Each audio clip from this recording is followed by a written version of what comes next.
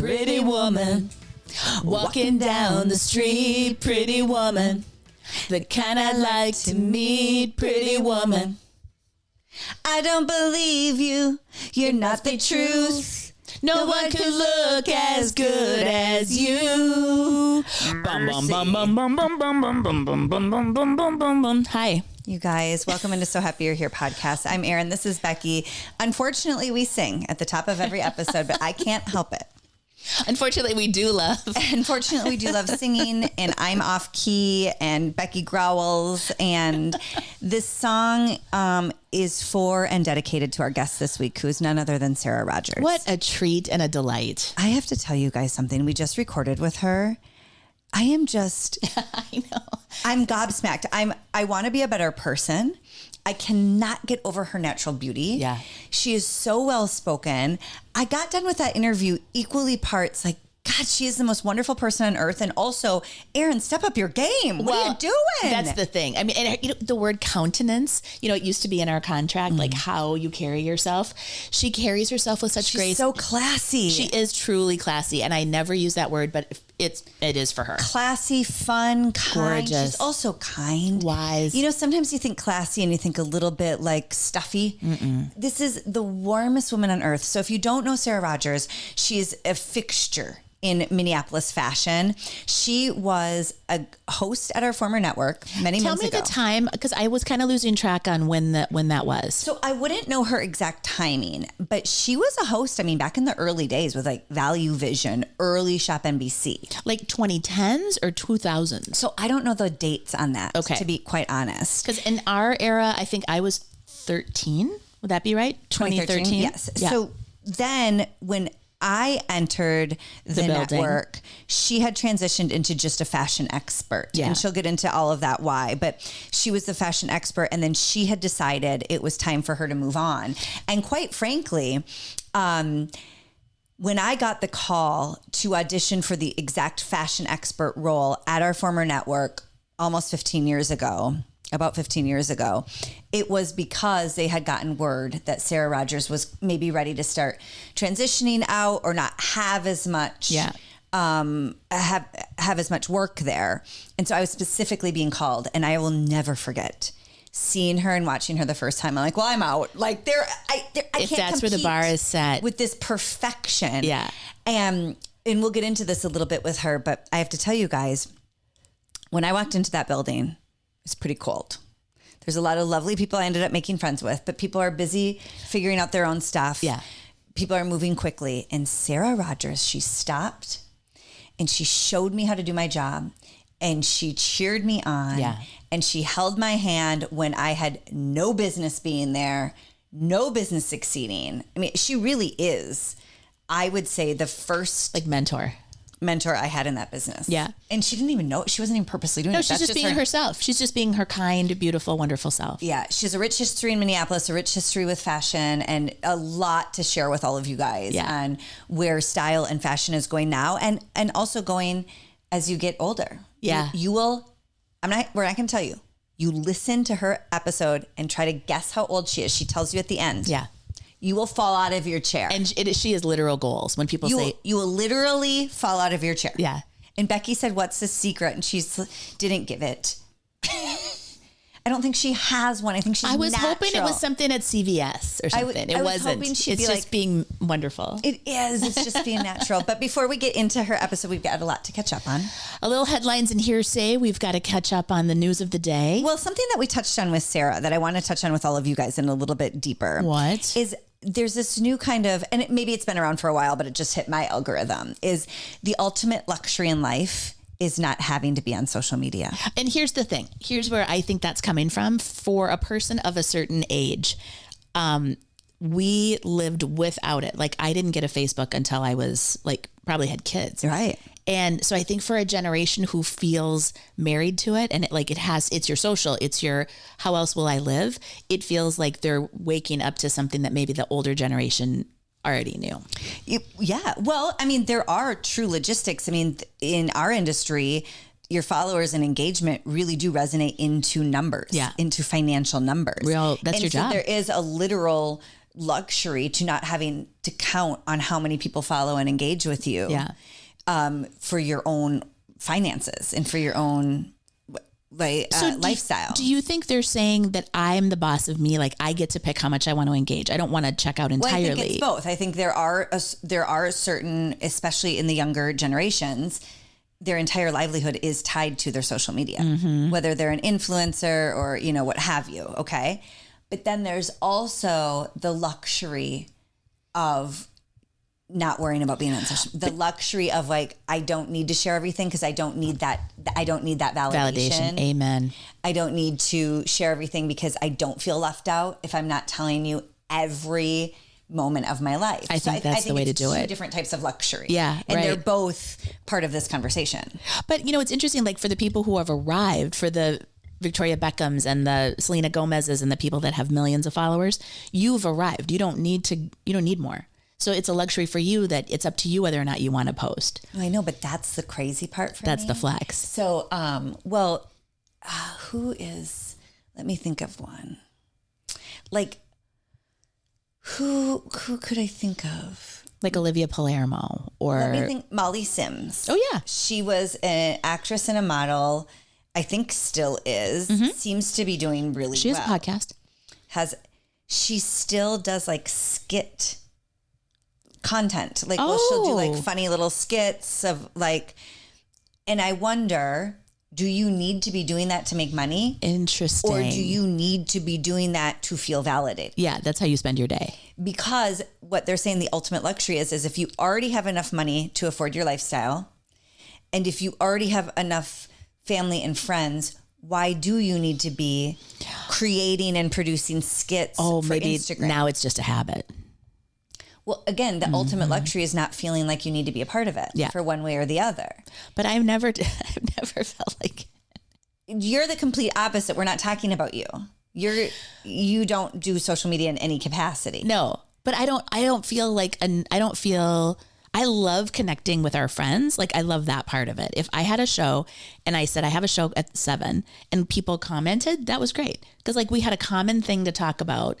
But do you think participating on social media could help us? Probably. Yeah. I'll forward what you do. Don't you guys have a love-hate with it though? Like I really do.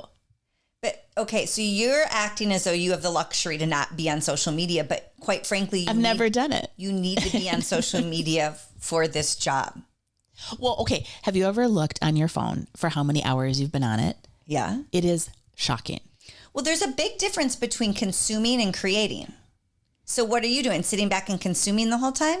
Like I'll be on, it's your whole day. It's not just Instagram. You know, it'll be like playing a fun game or it'll be... Well, that's the other thing. You could consume all day long or you could be a creator and not consume. And there's a big difference between the two. I don't know. But I do think there is a luxury in being able to choose not to be on social media, whether it's with your own mind games or whether it's with your own money games. Yeah. And I think I'm always interested in the people who don't have to be on social media, why they still are. Interesting. Well, I mean, I do like seeing updates from people, but I think you get caught. It's a business now. And even the Victoria Beckhams of the world who have a ton of money, very successful businesses, successful husband, they're still in the game. They're on social media more than any of us. But you know, that's why I'm not liking Housewives right now is that everybody is going in with an agenda. Everyone's going in with a business to pimp out. Where in the old days, it was like Zarin Fabrics. I mean, she got canceled 17 times now. She can't stop herself. Poor Jill. It's her fault. It's all on her. But it's like, you know, yes, she had a business, and yes, they featured it in that season 1, but it wasn't like come buy rugs. Now people go on reality shows just to get a following 100%. and or promote their business. Yes. The agency Mauricio. Right. Where the agency stuff. It's just food for thought. Like, is our new luxury being able to choose not to be on social media? Yes. Right? Then I'm a very wealthy woman. Then I'm Lux. The other thing we need to quickly talk about, speaking of aging women. What? Mahjong. Okay, Mahjong is the pickleball of 2026. Yes. So I just got sucked into Mahjong recently, a few weeks ago. I've never played it, never seen it. Well, I'd seen it on Don't they play it at the end of Crazy Rich Asians? Yes. And I love That's that when movie. they have their the daughter-in-law and mother-in-law. They go head to head. Yes, over Mahjong. Okay. So I got sucked in a few weeks ago. My girlfriend had like a party where we sat down and we learned it. Fun. You guys, it's really addicting. Did you really get it? Did you like it? I do get it, but I don't get it perfectly. So we had 2 tables of 4 and there was 2 instructors. Oh, amazing. Yep. And so I had finally gotten into it and I was really feeling myself. I was understanding it. And if you're not familiar with Mahjong, there's a card and your tiles need to match up with one of the options on the card. Okay, but P.S. Yeah.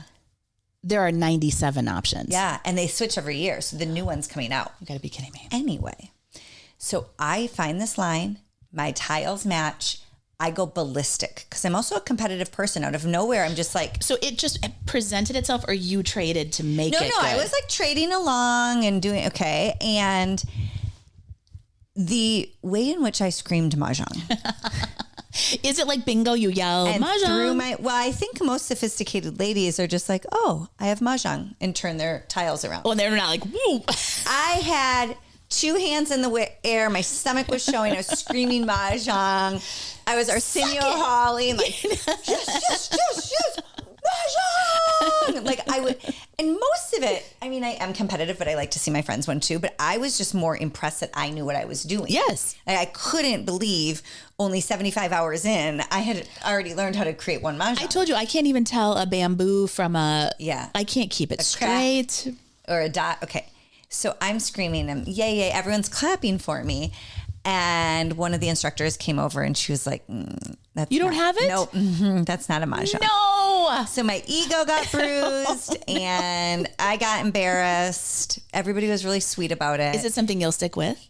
Well, that's the thing, because you have to have a group to do it with. And so you have to have the same time. So you know what happened with Jen, with our friend Jen? Mm-mm. We were at a local watering hole. There's a group of ladies playing. Our friend group was getting up to leave. She says to the friends, it looks like you're down one. And they're like, sit down and play. So she sat down and she proceeded to clean up. Did she get money? Yeah. I don't know if they did it for money, but some people play for money. She totally won the next couple rounds. That's incredible. I think it's a great way to meet people. A great way to socialize. I just don't know that I'm going to initiate any games anytime soon. I also don't have a Mahjong tile or whatever they're called. So do you know enough about the game to know how to cheat? Oh my God, no. Okay, because there's a thing happening right now on Instagram and they shoot it kind of like a Dateline, like a 48 hours, like a high crime. It's about Barbara. And Barbara is at the retirement community. Do we know Barbara? She's just a lady on social? Well, she's a Mahjong cheater is what she is. And so this gal is in the backseat of her parents' car. The parents are catching her up on what's been happening in the retirement community. And that damn Barbara. What is Barbara doing? She's cheating, but I don't know enough about Mahjong. How do you cheat in Mahjong? Girls, please tell me, how is Barbara cheating? And how do they talk about Barbara? Like they're kicking her out. Like it is. So Barbara's getting kicked out of the Mahjong club? If you watch any spy thrillers, if you watch any high drama, this Barbara thing is really, they're going to get her. They asked her not to come back. And now does Barbara say, I'm so sorry, I just wanted to win? Or is she like, I'm not cheating? No, I think she dug in and said she wasn't cheating. Yeah. But she's been asked not to return. I know. I used jokers in the wrong way. I have to ask for help. I'm nowhere near cheating for Mahjong. And I don't think I would. My ego couldn't handle it. I'm friends with smart ladies. Yeah. They would know immediately. Do you want to get into Mahjong? Jen said she would teach me. I need a patient. I'm not the one for you. There's a thing called dysgraphia. I think I might have it. What's that mean? It's not like dyslexia. That's letters and numbers. Or dysgraphia is like numbers and symbols and things like that. Because I literally look at those things and I'm like, I don't know. Yeah, it is confusing, and I would suggest not having drinks with it. I wouldn't, because you got to be focused. You got to be very focused. How did it get so hot though? Yeah, I don't know. Where was the uptake in all of this? Yeah. I'm not quite sure, to be honest, but. Or maybe we're just graduating into a new, what does Sara Rogers say? She's level 7. She's leveling up. Yeah. God, she's so cool. Really cool. So listen, we've got a great episode with Sara coming up. We've got a great interview with her. As always, if you wouldn't mind liking and following, that would be really helpful for us. And we found out too, if you click the little bell, that'll give you notifications on YouTube, when we if go you're live. watching us on YouTube. If you're listening, all you need to do is subscribe, whether that's Apple or Spotify or iHeart or any other platform that you listen to us. Subscribing's free. And nothing happens. You just get a note when something new comes out, and you can choose to listen, or you can choose to be like, not those broads again. I'm out of here. But subscribing really helps us, right? Yeah, it's good. Okay. We're doing great. So I can't wait for you to take a listen to the fabulous, incomparable Sara. Thank you guys all so much for being here. We are so happy that you're here, and we will see you next week. Hey, so happy you're here, podcast. We're here with Sara Skillroot from Sara Styles Collective for all of your styling needs. Just for a quick little pick-me-up, what did you say the number one pick is? The number one pick in spring jacket. So grab yourself a spring jacket. That's how you're going to update your wardrobe. But we're talking the funnel neck. So Erin has it on in a beautiful faux leather bomber. That's a great silhouette right now. You know, street girl chic, really nice and tailored and sophisticated, but fun. Becky went ahead and did it in an olive tone. So I love how you can still do kind of that sort of designer ready, beautiful, soft suede, faux suede, which is fabulous, right? Easier to clean. It's in so that great. Funnel neck. And then I chose to do it in kind of that traditional khaki trench. So trench coats are still really trending right now. Do it in a crop. Add in that designer flair. You can see a little ruching detailing, a little bit of that tucked shoulder as well. So love that for a sophisticated look. I'm going to show you two other really fun ideas for spring. Here comes Erin. Oh, hello. Okay, this one, sorry. Let's have some fun. So getting out of your faux furs, get into a faux ostrich. I love this look for you. I'm seeing it in pinks. I'm seeing it in lavenders. I'm seeing it in white tones as well. So this is just a fun way to continue to do that party girl look, moving from your faux furs into your ostrich. And then Miss Becky. Listen, or is it Carmen Sandiego? Means business. The classic trench is back. It's never gone out of style, but it couldn't be hotter than hot. Grab a classic trench, do it in that great khaki tone, add a scarf, add a necklace, you're ready to go. For all of your styling needs, go to sarastylescollective.com. We'll talk about a sight for sore eyes. She is Gorgeous, here, gorgeous, gorgeous. a fashion icon. It's Sara Rogers. Hi, Sara. Welcome. Hi, ladies. You look so pretty. Oh, you look beautiful. Thank you. It is so Thank good to you. see you, my friend. It's great to see both of you. I love your energy. Thanks so much for doing this. Thank you so much. I mean, listen, if we go in the Wayback Time machine, you might be responsible for this podcast, Sara. Literally. Because you are the entire reason I even had a chance as a fashion guest at Shop HQ. But let's set the stage. When we walked into that building, and this is our coworker. Like, come on, raise your game, ladies. Really, you set the bar so high in home shopping. You are so sweet. I do remember. Well, Becky, we modeled together. I've got a little throwback photo, I think, somewhere. We had a little modeling job. I can't remember if it was for Target or what. But I do remember, Erin, when you started at home shopping and were discouraged by some discouraging words. And I said, oh, absolutely not.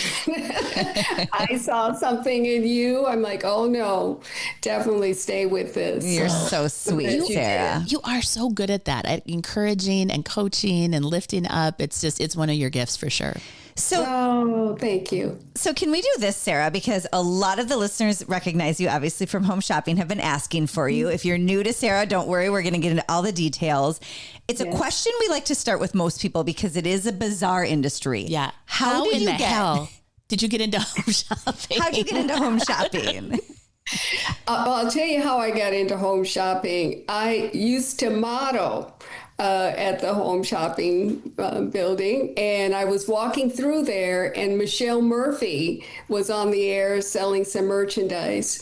And I remember the first time I walked through, I thought, I could never do that job. She talks about nothing forever.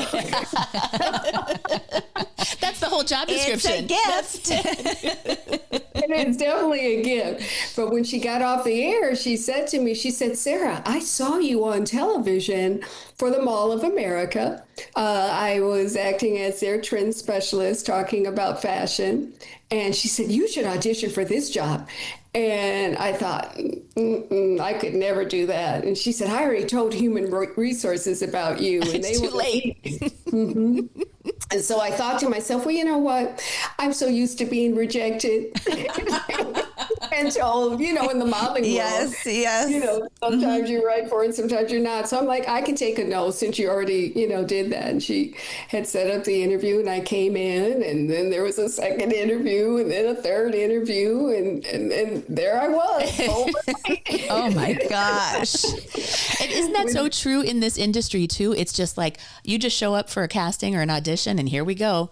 It's a new turn, a new part of our career. Absolutely. And, the people that worked in the industry, it was Value Vision back then, right? And Skip, Carmela, I can't remember all the names right at the moment, but they were all so helpful to help me to learn to be on camera, because it's a whole different ballgame. And I loved, of course, when I got to talk about fashion, but boy, did I dread it when I had to talk about coins. And it's like, oh my gosh, it was so much work for me. I would do my due diligence. I always, pride myself on being professional. So I would study and learn everything. But I wouldn't retain it because I didn't love it. So every time I had to sell that product line or category again, it just meant so many hours behind the scene trying to get up to speed. I just am not a natural or a quick study. Isn't that the truth? Yeah. Well, and coins. It's so funny you said that, because we just interviewed Skip and he said that was his favorite category. And we were like, no. Sarah, oh dear. The first time I presented a computer laptop, first question literally was, how do I turn this on? Yeah. And then the next time I presented, again, how do you turn this on? Yeah. Isn't it funny how some things that you love will just stick with you? And then the things that you're not interested in, right over the head. I used to always say, could they put a skirt on it or something that maybe I would remember? Would you put a high heel on that computer for me? I just could not retain that info. So it was so difficult. But Skip, he was one of the best trainers. Yes. And Laura Duffett, too. Oh, my gosh. There's so many good people behind the scenes. Even the staff that just pulls it all together, the producers. Those are my fondest memories, because they really were there to take care of you and just were good people and made it fun. Yes. Yeah. We talk about that all the time. It's the people we miss the most. Obviously the job, but the people we met, meeting you and so many others. What a gift. It's just, you can't be mad when you find the gratitude in that. So you modeled, you were a host, but then you moved into just focusing on fashion as the fashion guest, right? Was that on purpose? You wanted to just focus more? Absolutely. Yeah. Life really had changed for me. I lost my sister when I was hosting, and that's when it really became important. She was 1 year older than me, and it was unexpected, her loss. And that's when I realized that, I'm not happy. Yeah.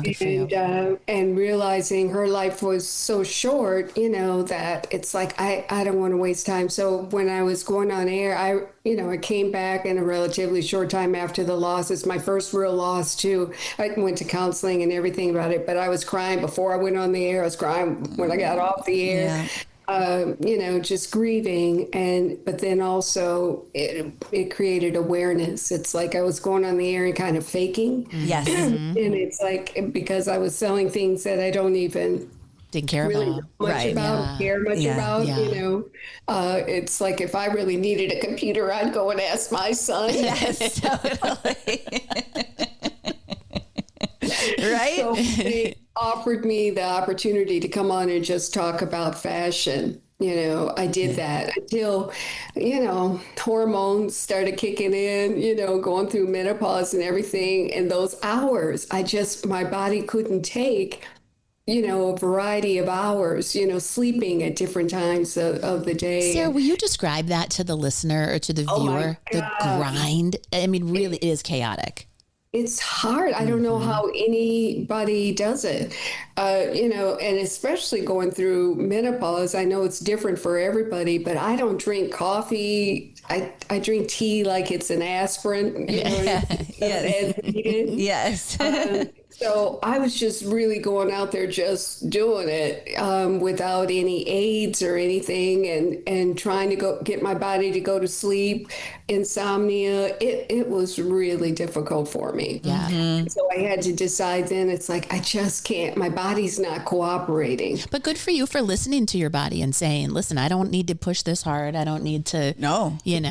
There's options. When people would reach out to me when I was working and saying, oh, I'd love to be a fashion guest, or I'd love to be a host, and would you be willing to talk to me? And I'd always say, of course, but I'm going to start with this. The most difficult part of this job is the schedule. Yes. So are you willing and able to be up overnight, to work on the weekends, to get up at 4 a.m., go to bed at 1 a.m.? Like, before we even talk about your skill set or your desire to be in this industry, What's your availability? Can you do that? Like, are you able and willing? Because it is, I mean, it's a grind. Oh. And you do get a little fooled because it's so fun being on air. Yes. Right? Don't you feel like that?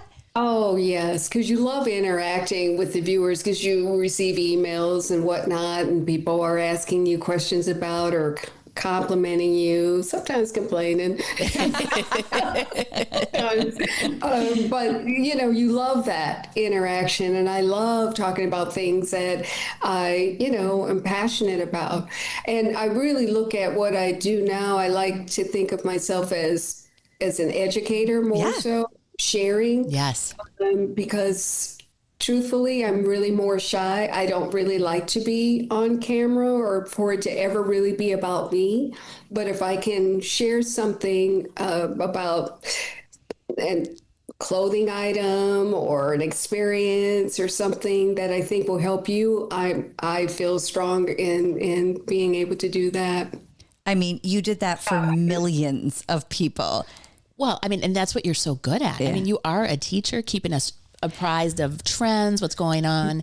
So wait, of all the things you've done, so print, runway, Mall of America, home shopping, trend expert, social media, it goes on and on and on. What is your favorite thing to do? If you're more introverted, if you're a little more, you don't want to be necessarily front and center. You've been front and center.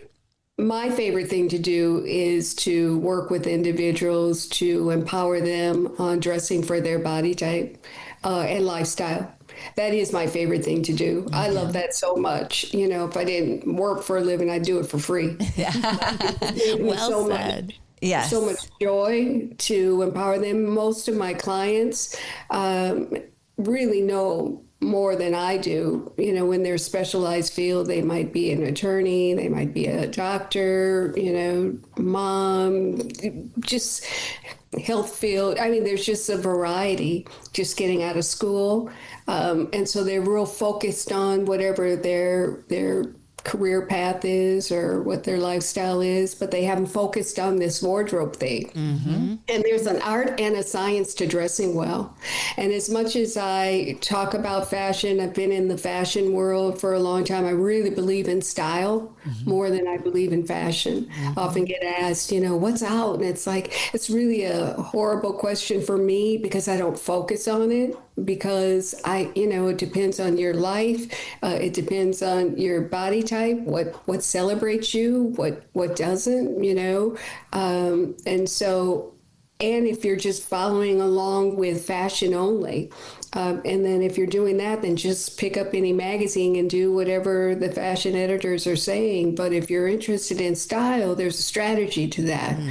And I love to share that strategy that I've learned from being in this business for over 30 years, Oh my gosh, I love listening to you right now That's so much. Yeah. So, and this, Sara, a lot of the people who have been shopping with you and for us for so many years, we're all getting 40 plus, 50 plus, 60 plus, 70 plus. And we hear still from so many women who want to look put together, want to have great style, but I think they get stuck or either get stuck in what they thought looked good or get stuck in saying, I don't like any of these trends. Or whose body is this? Yes. Or my body looks different. Yes. Do you have any kind of foolproof rules that women can follow to help them feel better in the clothes they're in? Well, just because there's a trend doesn't mean that you should wear it. Amen. Would be the first thing. And when you get to be a certain age, a woman of a certain age, most of your wardrobe should be classic, but with a twist. And your twist can come in accessories. Yes. That's easily shoes, handbag, jewelry. It can be quite easy. And then you can think of your wardrobe as if you're decorating a room in your home and stick to a plan. And that way you're building instead of just going out and buying something that's cute. You might even have a color story that you work with. I wear a lot of black. I love black, especially in the winter. In the summer, I embrace colors more, but I'm fuller on the bottom than I am on top. So I like the dark color on the bottom and a lighter color on top. That's a strategy, but it also can be a way to highlight my features. Yes. I think knowing that can really help. Yes. This is so good. Oh my gosh, I want to talk to you for 10 hours. What's your viewpoint on price point? Because I think a lot of people also get kind of duped by, well, if it's super expensive, it must be wonderful, or I'm going to buy as much of the cheap and cheerful as I possibly can. Where do you fall in kind of the budget of fashion? I think the value is in the wearing. Yeah. Not in the price. How often you wear it. Price per wear. Good. That really is the true value. Of course, get the best that you can afford, but truthfully, less can be more. It just depends on where you are, in your life and in your journey. I am level 7. You said if you're getting in your 70s, I call that level 7. That's good. Come on now. I'm level 7. So I'm slowing down a little bit so I don't need as much as I needed when I was in my 30s and 40s and 50s. Are you paring down? I think I am. Less is more. I still like to be stylish. I'm still shopping. Favorite pastime. But I'm shopping smarter. I'm really looking at that. I'm building a wardrobe, and I want that wardrobe to match my life. So as I mentioned, I'm slowing down, just not working as hard, trying to work smarter. And so with that being said, the wardrobe needs to reflect that. So I'm in my jeans a lot. I'm at the Mall of America a lot, so I don't have to be as dressed up. And then you go to events, so I don't need some of those things where I was going to work on a regular basis. You know what I mean? Yes. I think you need to keep that in mind. Shop for your lifestyle. Yeah.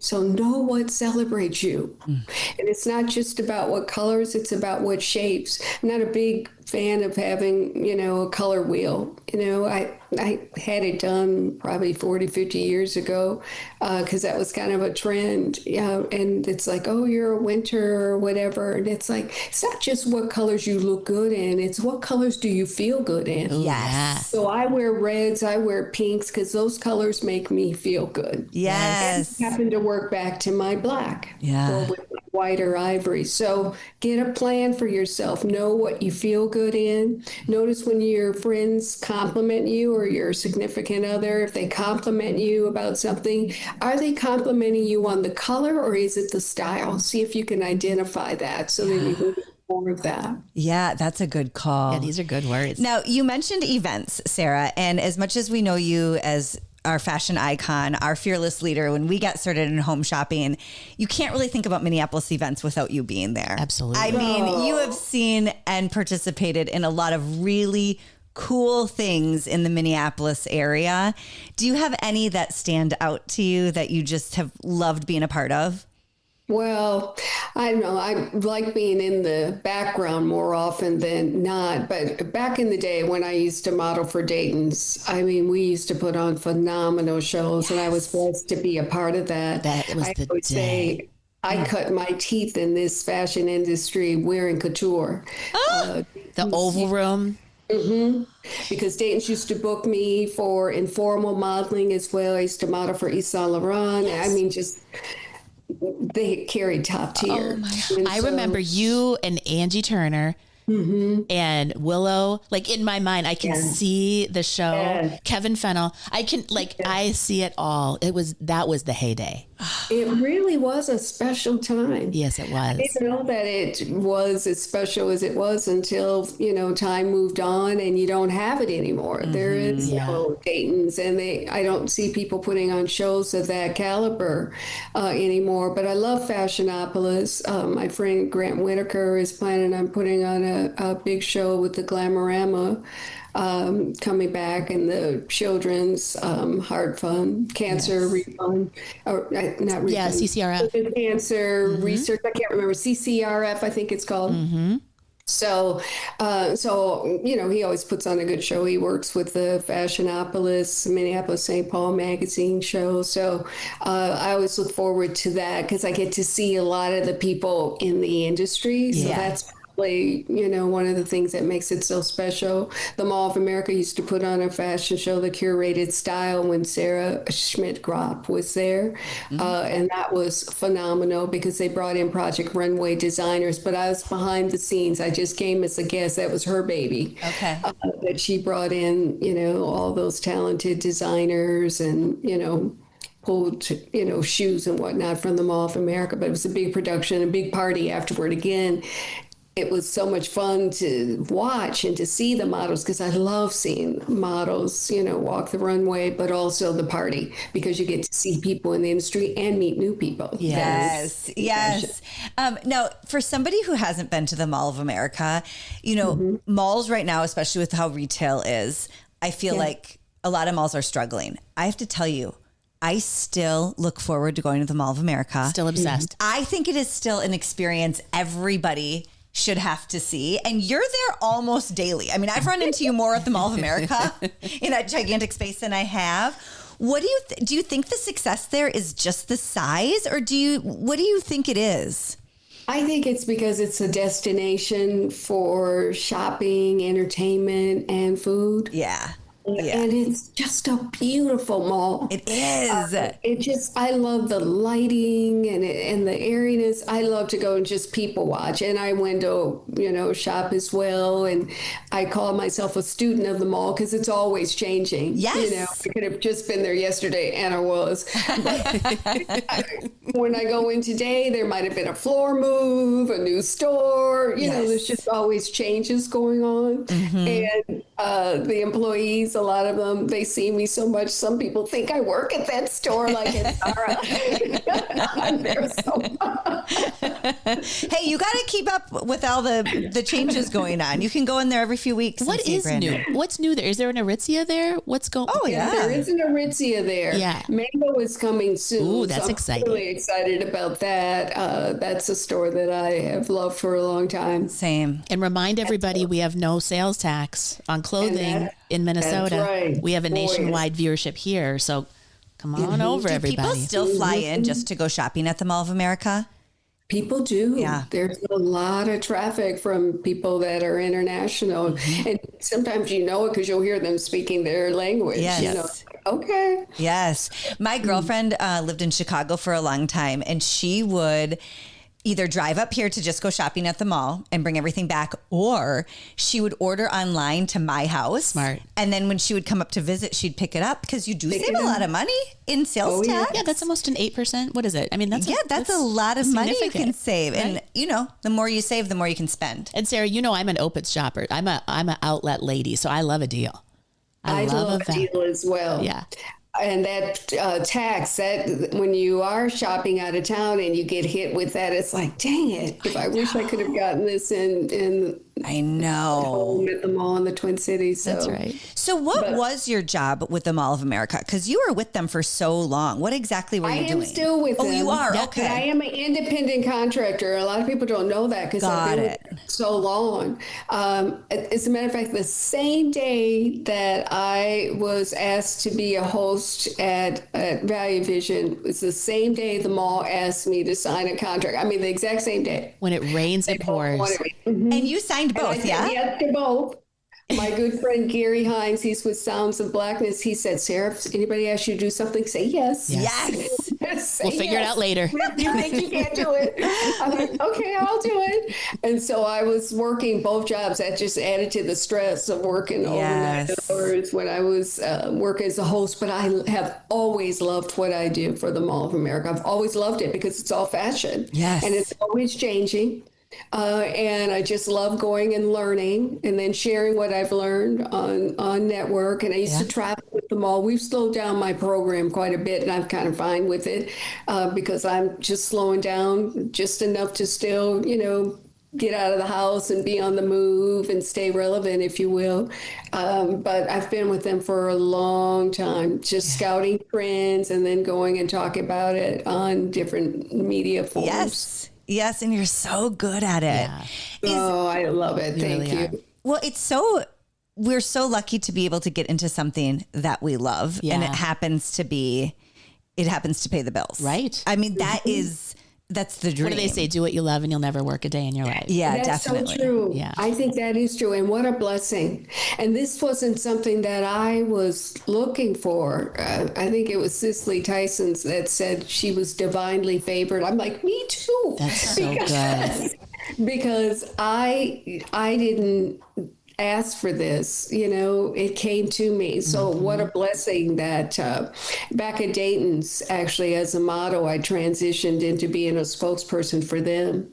And Joanne Young, and Karen Bonoff and Peggy Hammerson, 3 ladies that, saw something in me that I really didn't see in myself, and asked me to start commentating fashion shows and working for them in their regional markets. And then Maureen Cahill from the Mall of America saw me and came up to me and asked me, was I under contract? And I said, no, I was kind of just working like it as a model, just freelance. And she said, well, do you have a card? And I said, no, but I wrote my number down on a scratch piece of paper. But she didn't call me. And then one day I was modeling at the local NBC station, Care 11, and I went in the green room. She goes, oh my God, I've been wanting to find a way to get in touch with you. I lost that piece of paper when you wrote your number. No way. She said, can you do a job for me next week? Go on this network, Care 11, and, talk about fashion. I'm like, oh, okay. Gary said to say yes. You went from model to spokesperson in 1 week. That's amazing. That's incredible. But I need to ask you this because most of our listeners and most of our friends are female. Guys, you're welcome here as well. In this industry, the stereotypes, I've experienced it, whether it's fashion, modeling, on-air talent. You have always, we have a saying, all ships rise together. You have always been a ship that helps other ships rise. Absolutely. And that hasn't always been the stereotype. It hasn't always been the experience, unfortunately. Because it can be cutthroat. I mean, because it can be competitive. Very competitive. It is a very sought after line of work. How did you know or what was instilled in you to say, I'm going to help everybody else achieve as well? Because a lot of people achieve and then they don't want anybody else to. But you were probably the first person to come to me and say, you got this. And that's a big difference, Sara, than a lot of other industry professionals. I'm not competitive would be one thing, but I also believe there's enough sunshine for everyone. Oh, I love that. Yeah. So there's no need. Even you mentioned my girlfriend, Angie.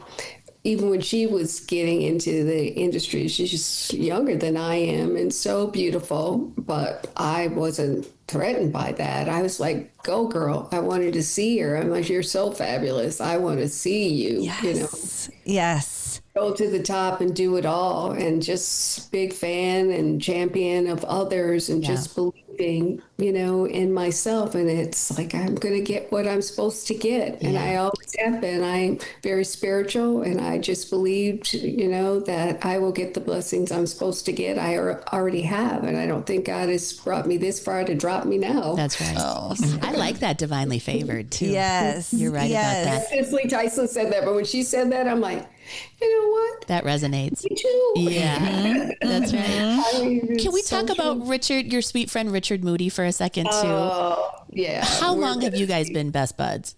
Well, we used to model together too. So we have been friends. Oh my gosh. It's probably got to be 40 plus years. Yeah. And I mean, that's what I think is so cool is you've got not only amazing career, but you've got all of these amazing relationships that have come out of your work life too. Absolutely. Yeah. And he has been such a big fan of mine. I used to travel a lot modeling because he's a flight attendant. So wherever he goes, he would take my picture, my composite, and said, my friend, she's a model. And he would give me these modeling jobs. I was like an agent. That's incredible. And 2 other modeling agencies. And, some of them I even were in Wisconsin. And I'm like, I don't really know anybody in Wisconsin, and it was catalog, for Kohl's, and he goes, my mom lives in Wisconsin. And so I went and stayed with his mom. We became, I was like her, she never had any girls, so I was like her daughter. Yes. Take care of me or whatever. So I would just, so he's just really been a blessing in my life, just a friend that has believed in me and always thought, he's telling me now, Sarah, next stop, Paris. Yeah, he's not done. I will carry your bags for you. I'm with Richard on that one, 100%. Well, we always say, get yourself a hype girl. Like, you need somebody that's believes in you and loves you, and you've got one. Boy, oh boy. And I'm so blessed that, yes, I have Richard. We also believe in surrounding yourself with excellence, which is why I feel so thankful that we were introduced to you so early on in our careers, because I think, to me, I would rather be in a group where I'm looking up at people saying, oh, that's inspiring, or I want to be just like them, versus being in a crowd that brings you down. Do you know what I'm saying? And so it is wonderful to have. And I'm wondering about a hype friend. Totally. Mm-hmm. I'm wondering about social media too. That's one thing that's really changed in our lifetime, where you guys, in my mind, were the supermodels. And truly. And now, and I'm not trying to be diminishing at all, but anybody with an Instagram account is a model. It's changed a lot. Yeah, it has changed a lot. So what do you see in the industry? I think if you're good at marketing, nowadays you can sometimes just tell people this is who you are. And if you get enough people that follow you, then there it is. Yeah, you don't need an agent anymore. You're appointed. You don't necessarily need that. I did come from an era where, we weren't on social media. I'm still not that good at it. My friend Richard is, but I'm not. I'm still very shy and, very private. I just, kind of choose to. I'll post my segments that I do for the Mall of America. And occasionally, if I'm doing something out of the ordinary, my husband, works for Mercedes-Benz and I've taken a few trips with him. And one of them, we went to Austria, and I was going to just be on the sidelines, just kind of cheering him on where he was driving a G-Wagon. But they're like, oh, no, you can do it too. And I'm like, it's really not me. I don't really even like driving. But they convinced me that I could do it. And so I did post it because I did some things that were really out of character for me. Good for you. Proud of myself that I did it. Yes. We are kind of split on social media because we didn't grow up with it, but we were introduced to it, earlier in life. And I have a love-hate relationship with it. I love it to stay in contact with people. I love seeing what people are up to. But I hate, you hear the studies of what happens to people, and, it can make people feel self-conscious or comparative. So a love-hate relationship. But there is this new kind of theory out there that the ultimate luxury in life is not having to be on social media. That feels like freedom to me. Being able to just choose when and what you want to share, because I think some people now literally have to be on it. They have to be on it for their livelihood. And so they're saying, if you get to pick and choose when and how you want to be on social media, you should consider that the ultimate luxury. Ooh. So we're like doing it right. Mindset. Yeah, I like that mindset. I think a lot of people wish I was on there more. I do. I just don't have it. It seems like a big, the way some people post, it seems like more work. Well, a lot of people have a team that does it for them. Well, that's it. When you're doing it by yourself and editing, and you take time to film it. Yeah, some people are so talented and they do a great job. Even my granddaughters, will post and it's curated. They'll show we were on vacation. We went to Florida for my 70th birthday and took the family. The granddaughters were there. How And fun. I looked at their posts and I'm like, oh my gosh. I mean, the way they curated the story of all the different things that we did, I'm like, you guys are so talented. Me, I'm like, not so much. Yeah, it would take me a full day plus and a lot of probably swear words. And Sarah, you know what's happening to the girls that are watching right now. You just said 70 and they're like, what? Oh yeah, level 7. I love it. I love level it up. 7. We should all be so lucky to level up. So what's the secret? What's the secret? Oh, I do try to take care of myself. I eat healthy for the most part. I'd say 90+% of the time I choose to eat healthier. And part of it is this menopause thing, really was a game changer for me. Yeah, it's no Certain joke. things are triggers. And when I have insomnia, then I'm not sleeping and then I get sick easily. And so eating, I exercise. I don't go to the gym yet. My husband goes to the gym. He goes, you should come with me, use the equipment or whatever. But I'm like, I just work out at home. We've got some light weights and resistance bands. And my girlfriend used to be in ballet and she sent me this tape of a ballerina that does floor exercises just to keep me stretched out and mobile or whatever. But I think, and I live in Minnesota, so I'm frozen 9 months out of the year. We're preserved.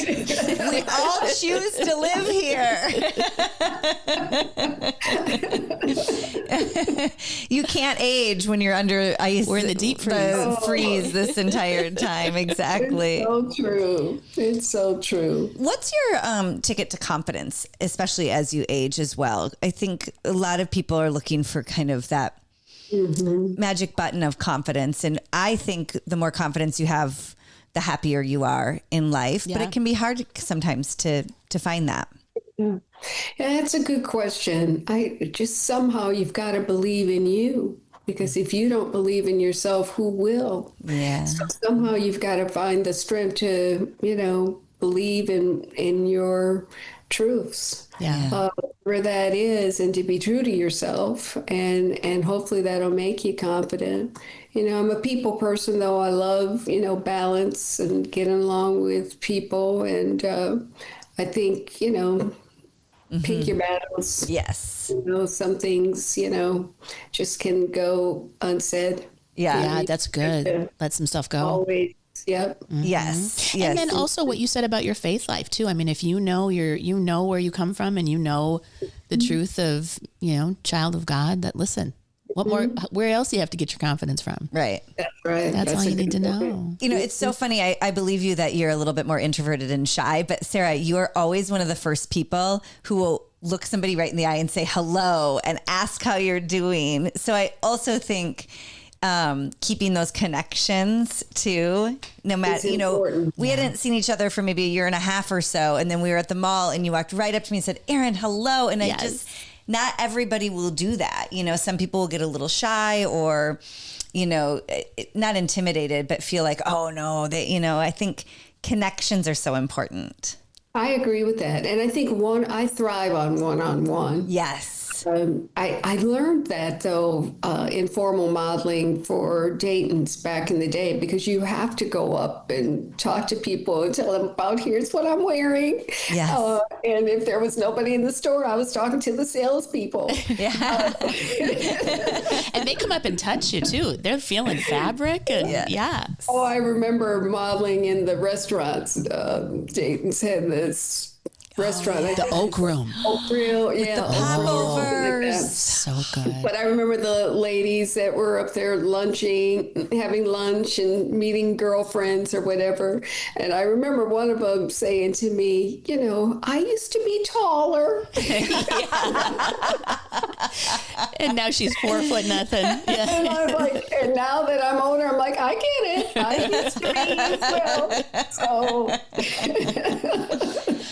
That's sweet. I love the Oak Room. Gosh, I'm thinking about, like, I got to go like twice in my entire life, but boy, had I seen you walk in couture, I would have fallen out of my chair. Oh my gosh. Think of how Some of those glamorous it outfits. was. Downtown Dayton's. I'm sure every city in America had their big department store, for Christmas. Oh my the windows, gosh. Yes. the fashion Oh shows. my gosh. Where's the Yes. glamour? Where do we go for glamour these days, girls? Yes.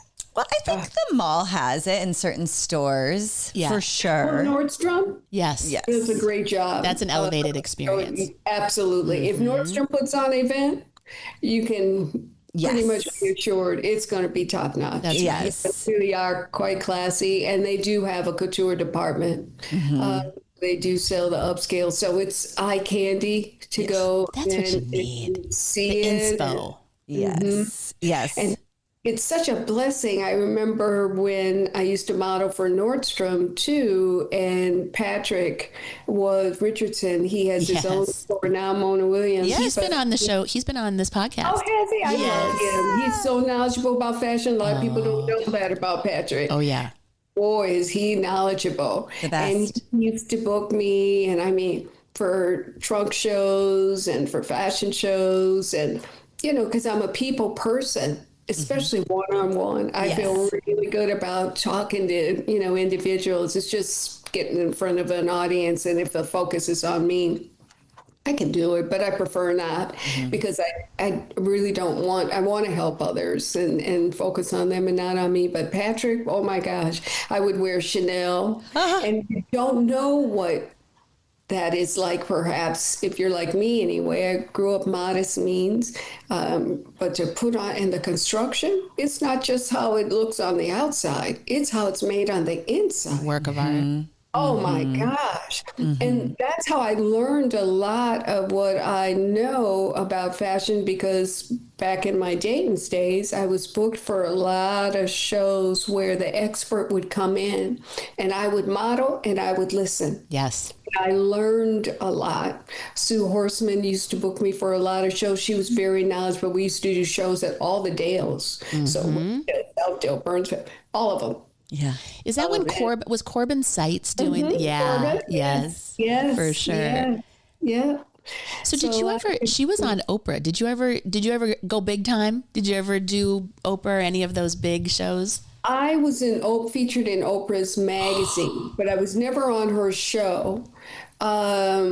And as an expert for the Mall of America, they quoted me on something. It's been a while, so my memory fades on it. But Corbin, she was so fabulous. I learned a lot from her too. Yeah, she was great. Because she was, the expert for Target. Yeah. Yes. Oh, yeah. So she went on a lot of shows, and she would use me as a model when she could. But, trajectory, we were going in different directions at some point. I think we've said this working together so many times, that fashion is your most personal form of art. And I love hearing you talk about the first time you put couture on, because I think a lot of people give fashion, you think of it as a little materialistic or just for whatever people perceive of you. But really, fashion is an incredible art form, especially when you're talking about designers, like Chanel. And they don't have to be that expensive either. But do you look at fashion as a personal form of art? I do. Yeah. I look at fashion as wearable art. Yes. It really is what it is. And so you had asked me earlier about high and low. I like what I call cheap and cheerful. Yes. Where that, it's just, I don't mind, especially if it's a trend. I don't want to pay top dollar for it. Exactly. I don't need to get the best quality on something that I, like now. That I may not like next year. Pay more for your classics. Yes. And then, hopefully even with that, I've learned with menopause, your body changes. So you might invest it in a classic, but, so that's why a lean wardrobe is the best. Yes. You really don't need a lot once you figure out what your lifestyle is and what you need, because most of us wear, what is that rule? 20% of our wardrobe 80% of the time. That's right. She's talking directly to me, Becky. No, it's true. Sarah, I can't let anything go. But you know what happened? Aaron saw my garage sale. I had, this is when I was a 4. This is when I was a 6. And it's the same thing over and over. It's like the same leather skirt from 5 sizes that I outgrew. You know, I mean, you just keep buying the classics. Try to stay the same size, though, if you can. But if you can, stay the same size. But I mean, sometimes Good luck. you're taking, you know, the health body just changes. Yes, it does. You're telling me there's a new shape on this body I haven't seen before. And the old tricks don't work. Yeah. Yes. The old tricks are gone. Gone are the days where you can just like chug water and take an extra walk. Yeah. No. And now it's, you know, but you know what? The alternative is something I don't want. Well, that's it. I'm very happy to be getting We're older. leveling up.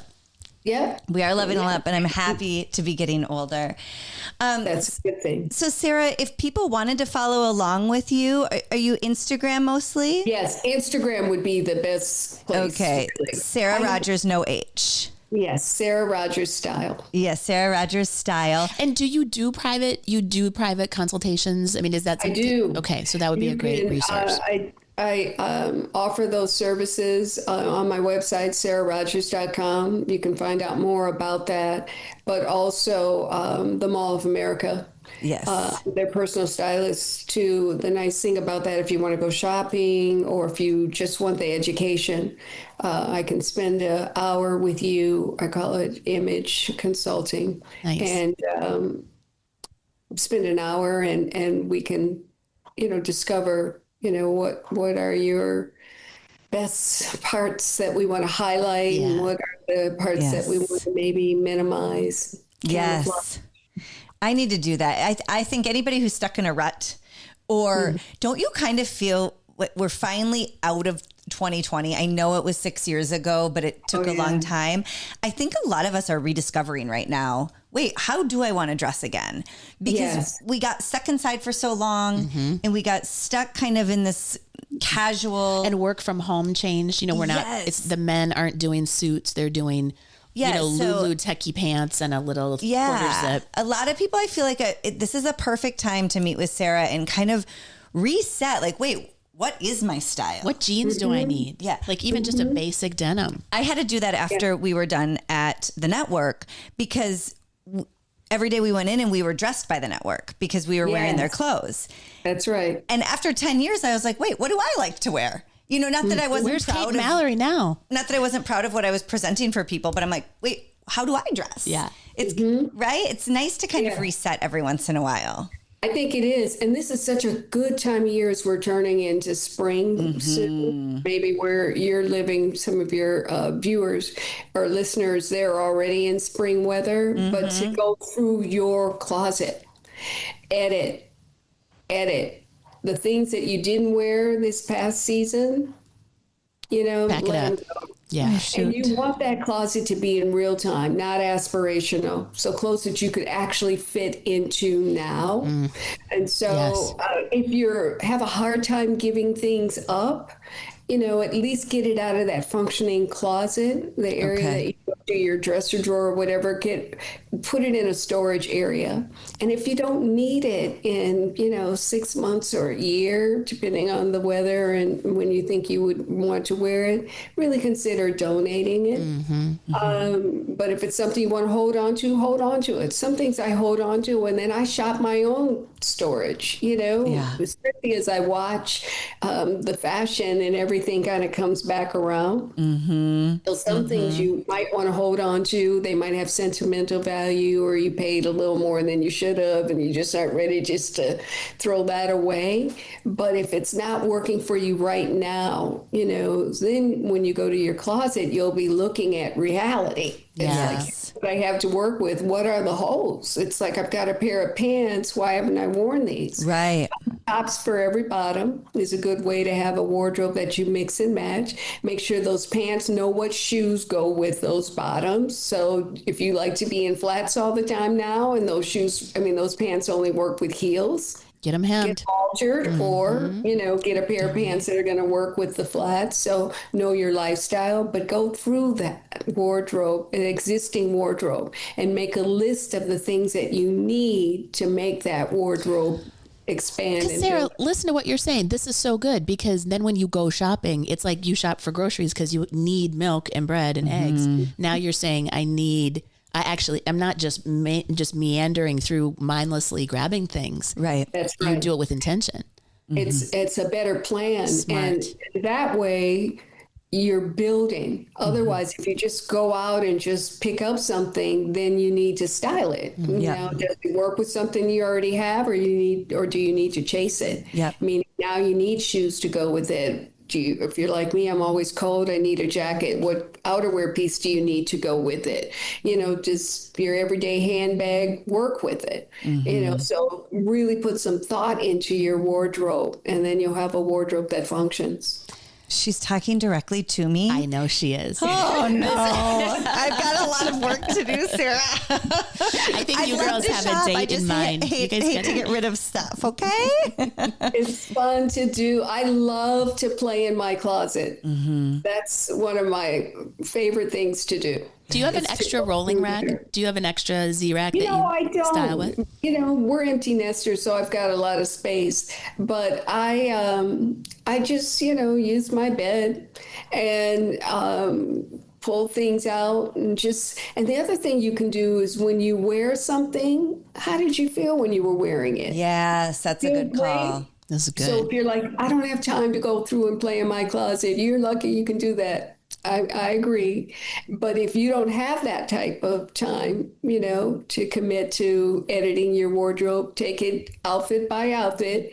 And when you're wearing something, does it work? Even take a picture of it. If it works, definitely. So to run it again when you need to. Run it back. In a hurry. I learned that the other day too. Someone said, why do you take it apart and put it back to different spots? If a look looks good together and you can just hang it, Yes. leave everything.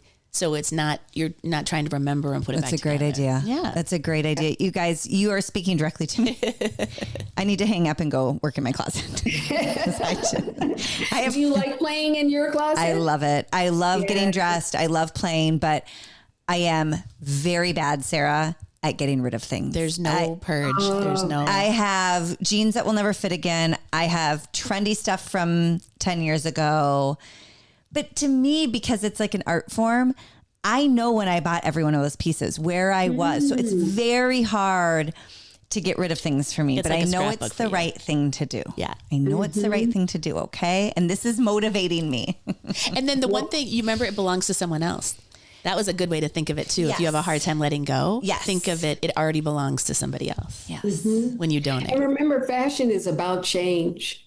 So if you are playing the game, you are going to want to change it up. Okay. And you can switch it up in an easy way with accessories or with the piece, Yes. like right now, balloon pants or barrel leg pants are so popular.